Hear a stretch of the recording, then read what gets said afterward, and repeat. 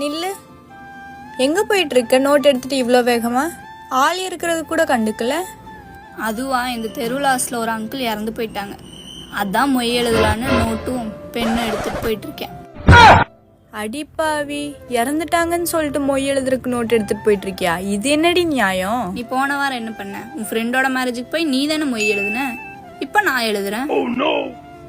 அது கல்யாணத்துக்குடி.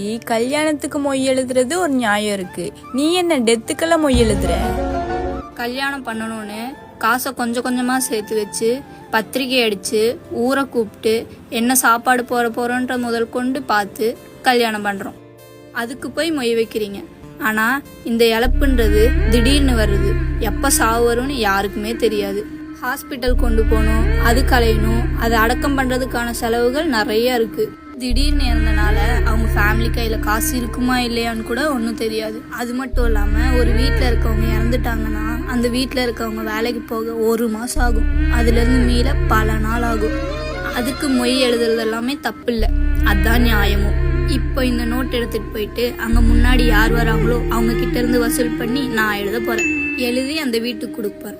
இதுவே என்னோட ஆரம்பம். ஆமால, திடீர்னு நடக்கிறதுனால அவங்க கையில காசு இருக்குமா என்னன்னு தெரியல.